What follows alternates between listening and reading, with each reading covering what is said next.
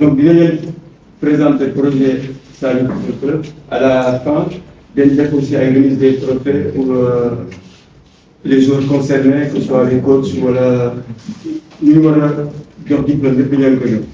donc ñu tàmbalee si Saly Football Club. Saly Football Club li ñu njëkk a def bi mooy former aujourd'hui bâtir les champions de demain après plus si kanam bi daan expliquer détail yëpp. li moo nekk nii maanaam 5 yi soo ngeen jàpp après doo expliquer aussi détail par détail bu njëkk bi mooy respect discipline travail solidarité. il faut savoir que Saly Football Club ñu ngi koy créé en 2023 la ñu créé en février donc Saly Football Club c'est une école de football basée kenn mën na fu mu nekk Sadio la nekk et que mu ngi nekk département Mbacké parce que côté yi ñu joué yëpp si côté la. lu gën a important si Saly Football Club nekkul ñoo xam ne dañoo jógee si àll bi defar ko doomu dëkk bi ñoo xam ne si dëkk bi dëkk si dëkk bi lañ juddoo et puis si dëkk bi lañ yaroo wala ñu fi wax doomu dëkk bi lañ ñoom ñoo defar Saly Football Club te souvent projet yu bëri dañ naan nañ xaar diw mu indi ñu projet diw mu ñëw indi ñu projet donc projet bi nag xaar ñu ci woon si kenn ñun ñoo ko defar yëpp fi leen football si mbedd bi la leen football mbedd bi xamul lan mooy amul xamul lan mooy valeur xamul lan mooy encadrement mbedd mi ñu xam mooy football te damay perte bu ma pertee ñu yenn saa ñu xeex yenn saa ñu saaga ndey yooyu yëpp mbedd loolu xam ne léeg ñun nag loolu lañ bëgg éviter donc ñu formé leen si cadre boo xam ne day am discipline am ay valeur ba pare jàngal leen lan mooy football. 3 ans ñu nañ am matériel suffisant que ce soit maillot équipement ballon et que ñun lan moo ñu xaw a freiné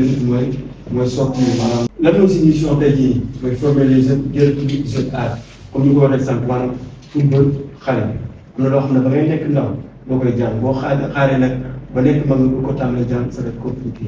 donc nag looloo tax nag si mission aujourd'hui mooy former les jeunes jël jeune âge après ñu tàmbalee développer yeneen si am mooy développer qualité technique tactique ak physique pas que mu jël bal bi nag comme football mbedd jël bal bi rek daw xamoo ko war a taxawee xamoo ngeen mouvement nga war a taxawee yooyu yëpp moom mooy aspect technique tactique ak physique aussi ñu transmettre leen des valeurs éducatives ñu xam leen que football lii mooy football nekkul tey da ngay gagné chaque fois da ngay gagné et que boo gagné ça passe boo gagnéwul ngay saaga ndey boo gagnéwul ngay tàkk di sànni xeer loolu noonu ñu bëri xamuñu si football léegi mën football mais bu amul valeur football la mooy éducatif mooy lan que da nga war a xam boo gagné moom nga war a mettre même chose que boo perte loolu tamit que favoriser aussi la réussite scolaire ñu doon souvent si groupe bi sax heureusement am nañu prof boo xam ne c'est coach la aussi donc dañuy dinañ xam ñan ñoo réussir seen examen fu nekk ñaata note la am ak ñeneen ñëpp même nekkul ñëpp sax ñenn ñi peut-être 100% nekkuñu école mais au moins dinañ xam fan lañ toll seen étude bi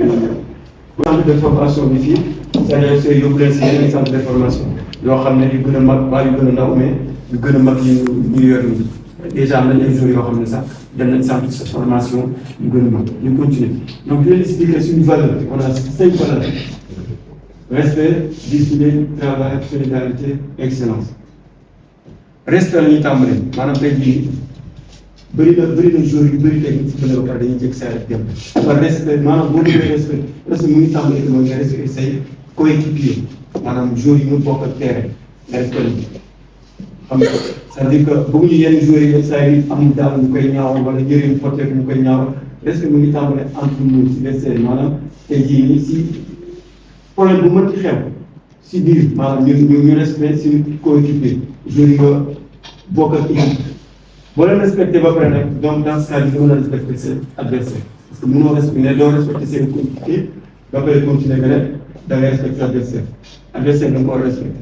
lan moo la indi mooy football bu ñu footballee ba pare nga dem nit ñi spectacle amul leneen par violence par saagante yooyu yëpp souvent nag ñàkkul rek joueurs yi dañu am neex wala di wax yoo xam ne kii mais chaque jour boo xam ne tey jii mission bi mooy que ñu fexe ñu am maîtrise de colère par exemple bu ñu meree ñu xam nan la ñuy maîtriser seen colère pour ñu ñàkk ba ñu ñàkk respect adversaire bi wala arbitre bi wala éducatif maanaam coach yi la ñu yore aussi ñu continuer discipline lan la mooy travail ponctualité arriver chaque fois à l'heure continuer aussi maanaam ñu sérieux aussi si liggéey bi yooyu yëpp et on continue travail chaque entraînement est une occasion de progresser chaque fois xale bu ñëwee entraînement dafa war a ne man de ba ma demee entraînement jàng naa ni chaque entraînement dafa am progression maanaam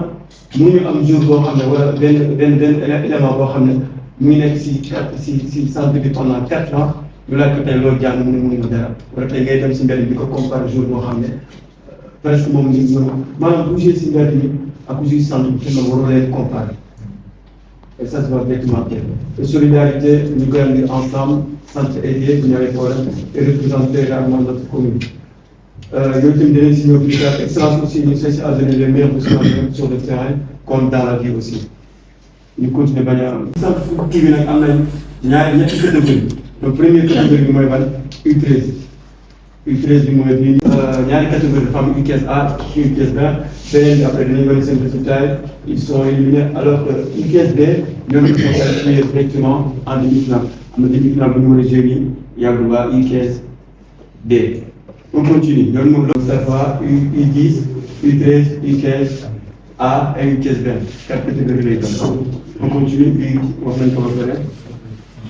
alors, les résultats saison bien. Donc, en commençant par U15, normal, donc U15A, donc ce résultat c'est un peu catastrophique. C'est le premier match, c'est 2-0, c'est le deuxième match, on fait 3-0, c'est le troisième match, on fait 3-1. Et que à côté on a mis même but aussi, aussi le seul match qu'on a gagné c'était contre NFC 2-0. À la fin dernier match, moi contre Montserrat, ils ont fait match nul. Donc bilan c'était 5 matchs, une victoire, un match nul, 3 défaites. Donc le résultat mais 4 buts marqués et 6 buts encaissés. C'est un peu négatif, mais match pour moi c'est pas grave. Le plus important, on ne perd pas, mais qu'on apprend chaque fois, même peut-être que ça, expérience les aussi. Nous continuons, on a aussi U13, une très belle saison pour U13. Donc, c'est le premier match, ils ont gagné 1-0, le but marqué par Ousmane Niang. Deuxième match, Fierté, ils ont gagné aussi 1-0. Troisième match, dommage, ils ont perdu contre protection de partage. Et deuxième match, NFC. Et troisième match, cinquième match, contre Montserrat, et dernier match de quart de finale contre Espoir lycée. Donc à la fin, ils ont 6 matchs, 3 victoires, 1 match nul, 2 défaites de d'or, 5 buts marqués, 6 buts marqués et 2 buts encaissés. Très belle saison.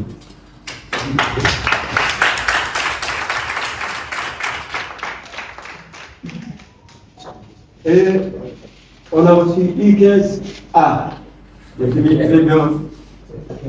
U15 exactement. Donc, nous sommes c'est le premier match, ils ont gagné 4-0. Donc, on a les 2 goals de Daouda à Saint-Jean, Ibrahim Ali. Après, contre BFC, ils ont fait match nul. Contre Sayad, ils ont fait 2-0. Contre Italie, ils ont perdu 1-0. Mais ils sont déjà qualifiés en quart de finale. Après, quart de finale, premier match contre Côte de Foot, ils ont gagné 2-0. Mais ils font une très belle saison aussi, c'est un côté. Ils ont fait combien de matchs? Ils ont qualifié les demi-finales. Normalement, demi-finale, c'est à partir de la semaine prochaine. Le soir, un diable peut-être demi-finale, après finale. Donc, en ensemble, ils ont fait 5 matchs, 3 victoires, 1 match nul, 1 défaite. Dimanche, ils ont marqué 9 buts, 4 millimètres à Taxi, Kiwi, 6 championnats et 2 buts encaissés. Donc, c'est une défense aussi. Ça veut dire que Baran aussi côté Bordeaux. Et c'est bien.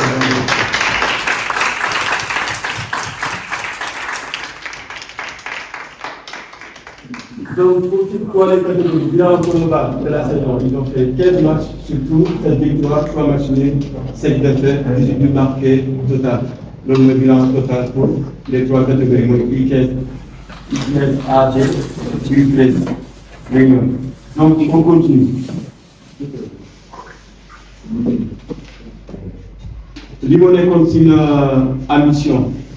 Premièrement, réussir sportivement, former des champions, réussite scolaire, réussite partenaire. Donc, c'est après, mais on garde les victoires, nous réussir sportivement. Maanaam am joueurs yoo xam ne ils sont compétitifs te bu ñu demee dañuy dem pour gagner parce que déjà jóge saa yu dem Mbacké yoon bi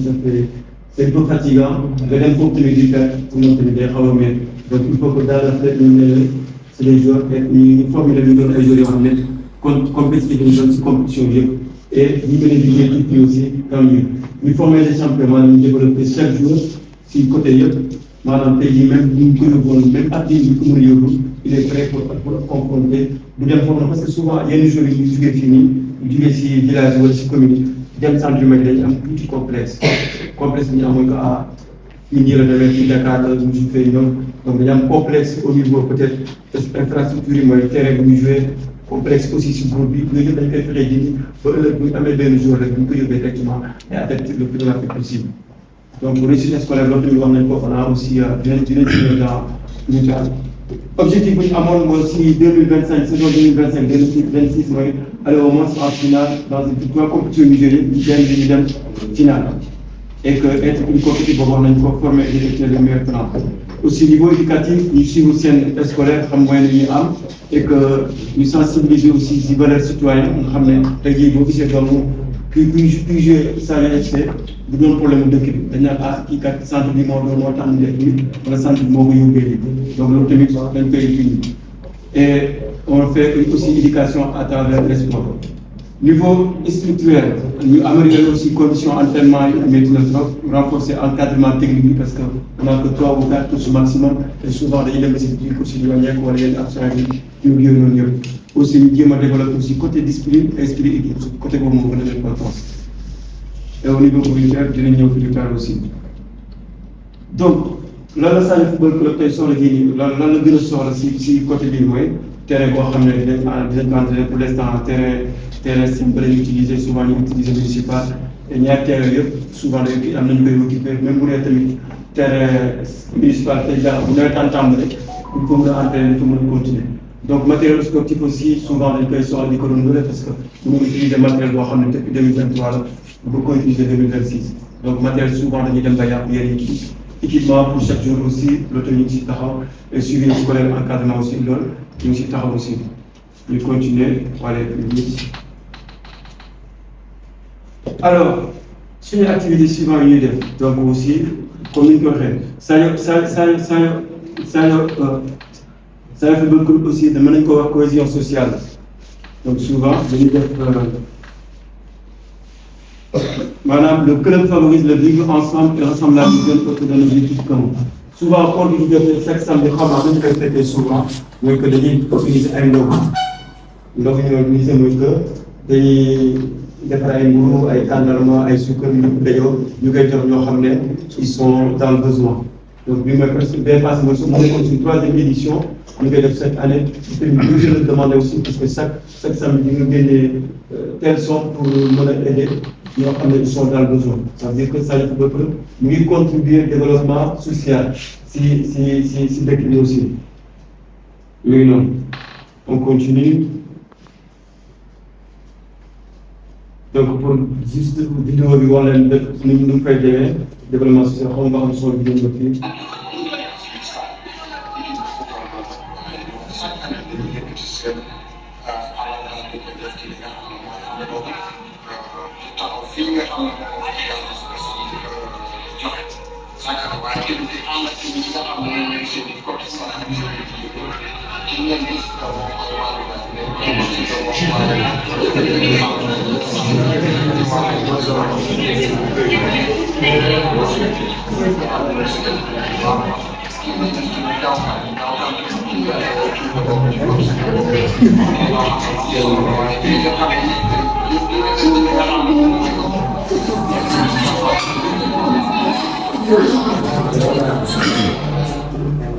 avant de venir de aussi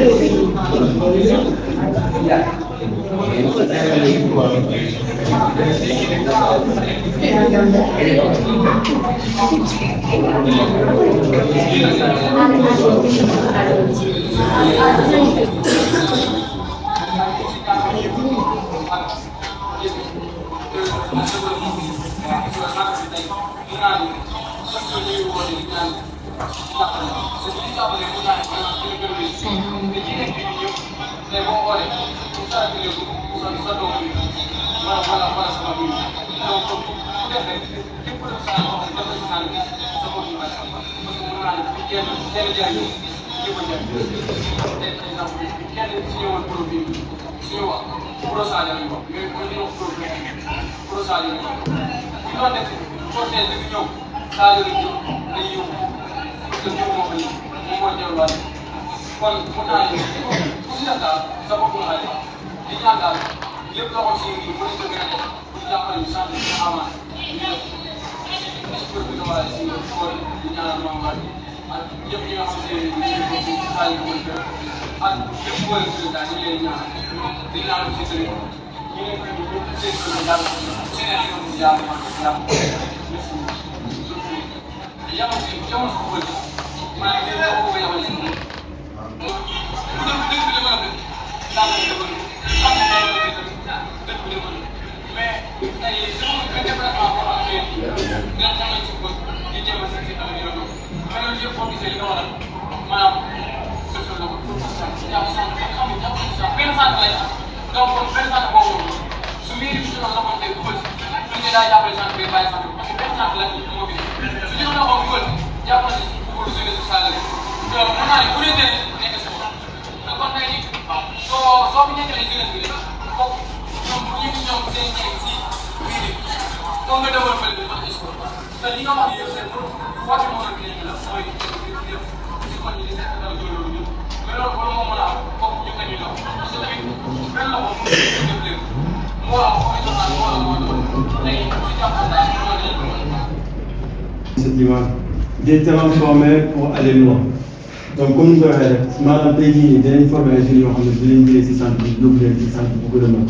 Donc vous avez le cas de Ahmed Sakho xam naa yéen ñëpp xam ngeen ko ne woon na si centre bi depuis l'ouverture 2023. À la fin ñu yóbbu ko test de d'accord gis ko yaakaar yéen ñëpp xam ngeen ko bokk na si centre yu gën a mag si Sénégal parce que am nañ partenaire ak Barcelone ak yeneen équipe yu gën a mag en Europe. donc mu ngi foofu noonu depuis daaw dañ ko yóbbu fa la mujj des fa lay jàngee fa la continuer sax seen déwén fa lay continuer étude fa lañ def lépp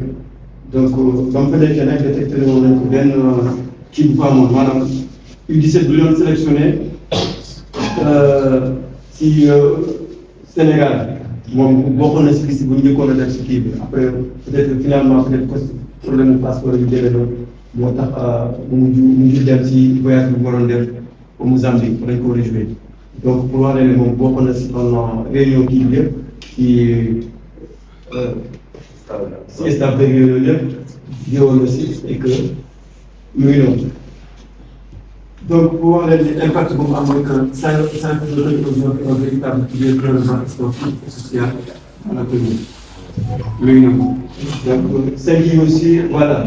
formés aujourd'hui progresser ensemble gagner demain des citoyens responsables, une communauté solidaire,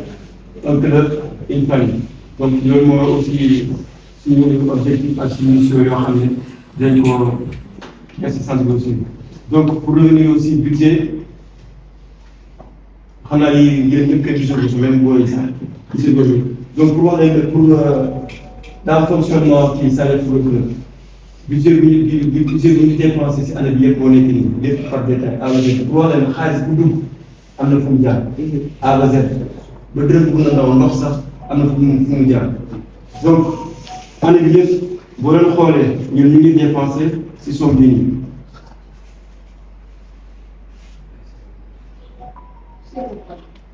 mooy lu ñu dépensé si année bi toute saison bi nii yëpp donc am na dépense yoo xam ne sax dañ ko remettre comme match demi-finale bu bees ak aussi koor gi yooyu yëpp defuñ ko c'est-à-dire que à peu près mën nga compter 700 000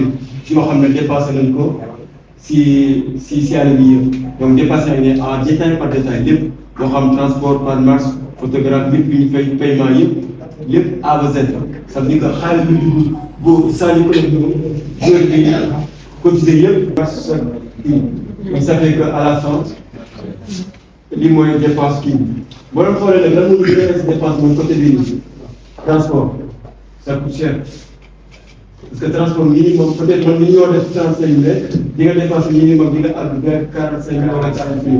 et souvent mën nga dem ba su yokkee yenn extra di nga dem 50 000 pour chaque match combien de matchs lañ joué boo xoolee sorties yu ñu def fii yëpp ñu def sorties génn et chaque sortie da ngay dépenser loolu donc 44% si dépense ci transport la dem après on a équipement maanaam matériel yu war a renouveler ay collier assiette ballon mooy yooyu aussi si 33% la dem frais sportif yooyu tamit yu ndaw yooyu ak boisson lu mel ni ndox ak yooyu aussi ça fait 12-11%. loolu moo nekk si ñu dépense de cette saison. Alors ça c'est les cotisations pour wax on a 60 éléments 60 yoo xam ne ñoom ñoo fi nekk à peu près 59 te à peu près sax mën nañu am na ñoo xam ne sax ils ont pas donné le 100% mais après duñ ko fi teg chaque joueur dinañ bind turam bind date de naissance bind adresse bu mu dëkkee bind tamit cotisation ak catégorie bu muy joué et chaque cotisation inscription c'était à 8 000 francs et à la fin des comptes ça revient à 468 000 moom lañ récolté si cotisation si chaque élément 8 000 la ñuy joxe donc yi ñu cotisé yëpp 60 éléments yëpp boo xoolee à peu près 400 000 lay doon parce que lu nga indi 68 000 boo compté ñoo xam ne joxe donc loolu moo nekk suñu entrée yi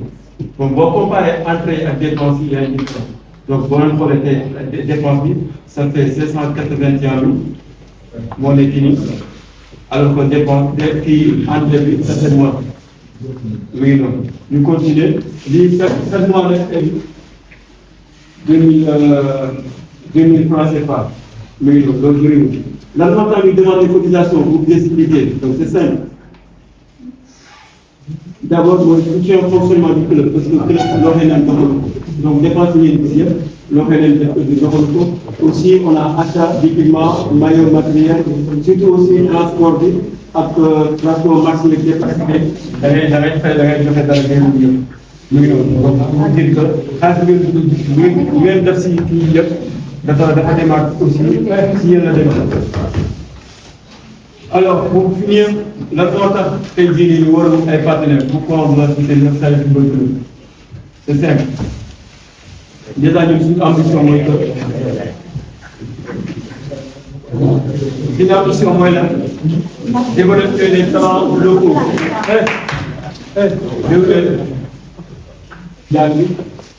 pour promouvoir aussi respect et solidarité offrir aussi opportunité nationale et internationale bu dee mën nañu jouer fi génn jouer et puis bu ñu mënee génne à l'extérieur bu ñu mën a def aussi dañ ko def aussi à la fin participer aux actions sociales de la commune comme ndox mi séddale chaque ramadan bi ñëpp aussi donc lan moo tax ñu war a am partenaire donc dinañ parce que déjà pour man bu dee dangaa def partenaire ak Saly Football Club c'est constitué dana contribuer à former des champions du monde aussi di nga soutenir aussi dina gën aussi image entreprise par exemple te bii bu ñu amoon benn entreprise mu jëm ay mooy souvent dinañ bloqué loolu si nekk image bi lay génn aussi dañ mën a def aussi publicité pour image donc dina mën a participer aussi maanaam partenaire bi aussi dina mën a participer développement commune Saly. Ce que nous recherchons aussi mooy que équipement sportif dinañ ko soxla Saly Football Club soxla ko dina soxla aussi jeu de maillot dina soxla aussi ballon et matériel parce que même bu dee dañoo am ballon aussi ballon bi ça va pas durer pendant toute la saison ballon yi am souvent 2 saisons 3 saisons ñu yàq donc chaque moment dañoo war a renouveler ay ballon soutien financier aussi partenariat institutionnel bu ñu mën ci am aussi ak sponsor yoo xam ne privé képp koo xam ne tamit bëgg na mën a ñëw sponsor aussi Saly Football Club dinañu arranger aussi donc à la fin du mois mooy former éduquer et révéler. Donc, félicitations aussi, nous après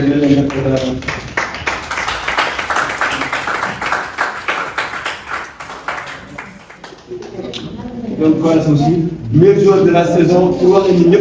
nous lui donnons meilleur joueur. Donc, on a choisi juste le meilleur joueur pour chaque catégorie. Après, Dinam aussi, meilleur buteur, nous donnons aussi diplôme yaa ngi nii aussi dinañ am aussi lépp képp joueurs yu réussir aussi si CFA aussi dinañ jox seen diplôme aussi et à la fin aussi coach yi aussi dinañ jox seen diplôme on a des invités yu nekk seen ginnaaw aussi ñoom dinañ ñëw jox leen diplôme yi jàngoo aussi merci aussi ak Malang aussi mu ngi fi ak ñoom jawkat yëpp ak Malick ñu ngi aussi pour joxe diplôme yooyu yëpp diplôme yi nekkul pour man ñëpp mérité diplôme képp koo xam ne participé na depuis décembre bañ tàmbalee ba juillet mérité nga diplôme mais surtout ñëpp comme ñëpp mu ñam diplôme pour encourager ñeneen ñi ko déwén ñu gën a mën a liggéey gën a mën a taxawaay bi gën ñu def pour que Sadio football club mën a am développement. dina joxe aussi meilleure discipline yoo xam ne ils ont respecté comme depuis décembre ba léegi respecté nañ entraînement yi respecté nañ aussi coach yi respecté nañ aussi paiement yi lépp lañ respecté ñooñu aussi ñu leen jox aussi diplôme à la fin ak à la même donc loolu moo nekk sama dernier mot bu dee ñeneen ñi jàng wala. loolu moom jar na ko rawatina ñu nekkee ci gox boo xam ne bii développé le football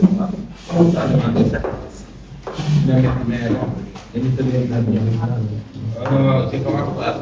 encouragé ci ko mas aussi mooy membre parce que même bu fi néew li hors de Sadio aussi dina ko ñu jàppale di piloté pour le bon fonctionnement de Sadio bu tuddee membre dinañ ko jàllale ci le gestionnaire Modou Ndiaye aussi dinañ ci jàllale ci Malick ak le président Sakho Ibrahima di remercier également les infatigables à savoir Adama Isco et Aliou Top parce que parfois mën naa activé du retard sax mais si ma woo leen pour d'appel rek wala maa yegg numéro bi ñoom dinañ ko def parfois man damay ñëw juste comme facilitateur la liggéey bi bu yombee nii résultat yi bu fekkee am na changement par rapport ak daaw ñoom yaakaar naa jàpp nañ bu baax a baax te ku xool résultat yi présente rek ak nañ jàll ak compétition yi nga wax ne Sadio football club am na évolution te évolution yi ñu ñëpp ko parce que ñun boo xam ne doomu la ñu def contrôleur nii amortir nii dóoral nii dafa di leen mais c'est vous les joueurs qui pratiquent yéenay pratique yéenay dem compétition yi aussi di wane benn xarañte di wane benn détermination boo xam ni daf ma doon dépassé à la limite c'est ça le football parce que ñun ñu nekkee zone bu ñu nekk nii dañoo am benn affaire boo xam ne dañ ko war a tontu c'est-à-dire suñu mag ñi ñu doon faible dans le département ñun problème boobu lañ war a résoudre et on l'a commencé parce que suñu demee Mbacke dem nañ ba am nañ suñuy joueurs yoo xam ne dañoo am seen propre supporter à Mbacke dañuy joué ñoom ngay romb booy taalibe di wax numéro temps de Sadio football numéro temps ñoo tamit coach suñu collègue yi nga xam ne ñoo ko nekk en tant que coach d'école de football suñu demee dañ lay woo coach sa numéro temps parfois damay faire recours au photo sax pour xam kan lay wax am lay wax kon loolu déjà rek c'est un point positif mais nag bu tax ngeen naagu gën leen ko yomb juste pour vous dire que football dëkkul fenn partout où vous allez y a des ballons partout où vous allez ba amul camp sax nga daj say sant ne sax essentiellement conviction la gëm-gëm dama gis naa ko ci yéen loolu mooy tax parfois en venant au terrain damay feebar sonn mais il suffit ma ñëw gis li ngeen di wane damay wér bu baax may ñibbi suñu kër te man moom wax dëgg yàlla tout ce qui est le football local tout ce qui est le football à bas âge xale yi man ça m'intéresse suñu projet boo xam ni da jaral nañu sacrifice bu ne raison pour laquelle daaw ñu bàyyi ci dem def une formation payante daj ci métti na pour obtenir la licence des CAF di ñaan yàlla aussi obtenir la licence C dem ba la licence pour A parce que football du jour de santé football dafa yaatu yàlla mën naa gérer yàlla ko ci tout ça mën nañoo dem ba bu dul man sax mën nañoo dem ba am koo xam ne nii day accéder ban équipe nationale Sénégal bi saa c'est bien possible conviction la rek gëm-gëm la sur ce maa ngi ñaan ñëpp ñi nga xam ne nii gëm nañu football ñu ñëw jàpp ci liggéey bi parce que on a beaucoup de catégories xale yi ñu yor bëri na parfois pour nga gérer leen rek problème lay doon bu ñu amee ay facilitateurs nag su ñëwee on partage les produits ñoom dañ ciy jàpp ñu xam ne affaire bi suñu bopp dañ koy def man je préfère les may laaj Sadio football club xaalis je préfère jël sama propre xaalis jëndalee ko ay jours daal parce que maa ngi am benn résultat boo xam ne ñu ngi koy xaar dëgg te buñ fi nekkee buñ fi nekk ça sera pour Sadio dañuy Sadio benn bi mooy les résultats boo xoolee catégorie U15 ñu koy présenté dëgg moom dama si xaw a am lu métti parce que je sais que am na ay techniciens yu fa nekk y a de très bons joueurs mais malheureusement l'effectif était tellement réduit dañuy obligé sax ñëw ci U13 bi gone ndaw yi ñu surclassé leen pour ñu compléter leen à chaque fois dañuy xaar U13 bi pare on prend El Hadj Demba on prend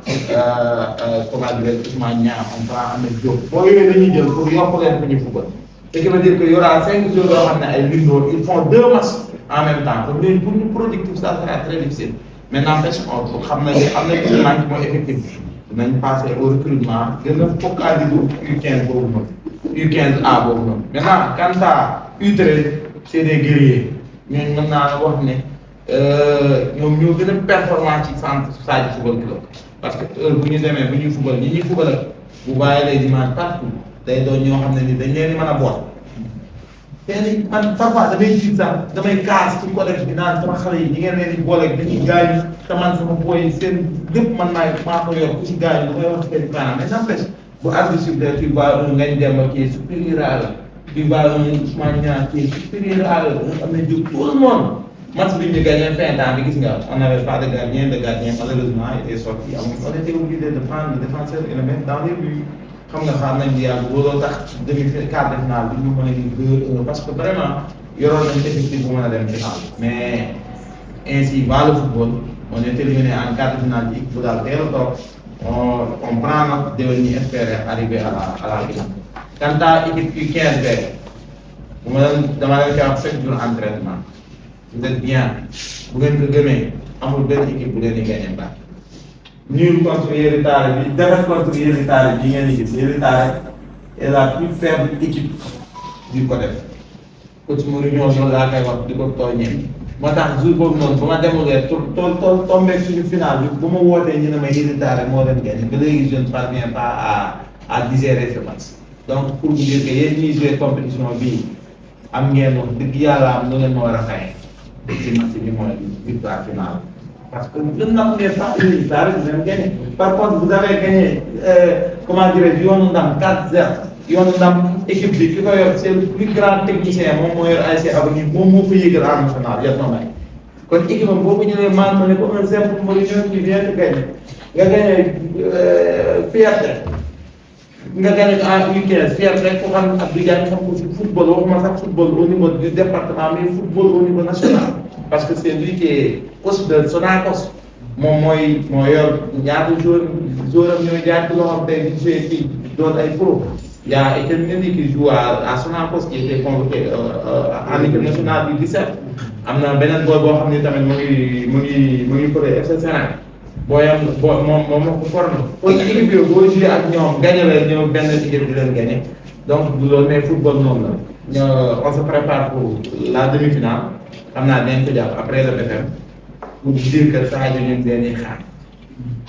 Sadio ñu ngi leen di xaar ngeen bu ngeen jëlee trophée boobu da ngeen génneewaale complexe d'infériorité bi amoon ñun suñuy époque ngeen génneewaale en tout cas juste pour vous dire que coach Ngari est fier de vous parce que nag bu mu doon toog di jaar Mbàkke ah tey bu fa demee fierté day am su ma demee gars yi récemment gis nga ma l'autre là coach Père Zora suñu surtout pour benn journée de simulation ñun li ñuy def ñoom dafa yëngu de fait que à chaque fois bu ñu amee match on se déplace avec tous les moyens qu'il faut venir à temps ñëw ak booy ndaw yi ñu naan yow U10 nga waroon a yor waroon yor U13 finalement c'est Sadio Football Club qui gagne ñoom daf leen def équation ku si nekk chaque jour bu ñu footballé le premier match avec Niang Football Niang FC Niang moom moo formé Cheikh Dieng qui était défenseur central U17 moom moo ko formé. bi ñu ko gagné il a pris mon numéro chaque jour il me contacte comment dirais-je le coach bi Mbaye chaque jour il me contacte ci ay boy yoo xam ni daf leen di ciblé daf leen di jël mais ñooy base bi ñooy noyau Sadio Football Club bu ma leen ko joxoon tey bon mën na leen a garder nous juste pour ay champion division régionale ay jënd mais objectif bi loolu di ngeen sànq ni leen maa lu wax fii jour nawetaan ak jour boo xam ne daa nekk ci centre c'est pas la même chose. dans les quartiers képp koo xam ne ni da ngaa œuvre pour se développer pour se football développer éviter leen nawetaan te bu nawetaan jotee nag nga xam ne nawetaan moo ko sës nga jëm ci nawetaan mais pour le moment focus ci seen avenir ci football vous avez am ngeen compétence bi yaa bu kenn boos yoo xam ne ni fu ñu taxaw football ñu ne ñii di mérite de jouer dans les grandes équipes du Sénégal am ngeen compétence bi léegi nag leen doom moo si des mooy ngeen développer ko ngeen wane ngeen wane ko te yéen a koy def nag donc on vous attend pour la demi-finale vraiment ngeen defal ñu ko di gërëm bu baax également tonton Waly Top c'est le seul parent boo xamante ni entraînement parfois il se présente avec son âge paiement bu ñu suba la weer bi dee day envoyé paiement boo amee matinal mu yóbbu doomam soo ñëwee quel que soit le résultat yi tàppe pour t'encourager day dem ci mbedd bi di seetaan doomam bu gisee amélioration de la amélioration kon kooku bu parents yëpp defee ni moom vraiment gis naa ne saa yu fi doon dina dem ci kanam dañuy wax ne nit bu defee lu baax da nga koy témoigner devant le grand groupe ñun buñ demee ba nar a bàyyi sax suñu xalaatee pour nga waat dañuy resserrer waat les chaînes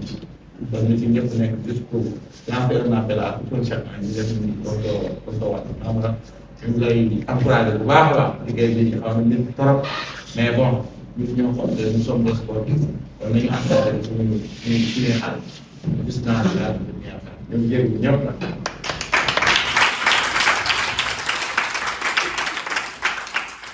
ko defoon kon du waxtu xam na li ñu mën daal mooy di leen encouragé bu baax di wax ne tamit affaire bi noonu la ambition la rek surtout éducation bi nga xam ne boole ngeen bi ak discipline bi nga xam ni gone yi xam ne xam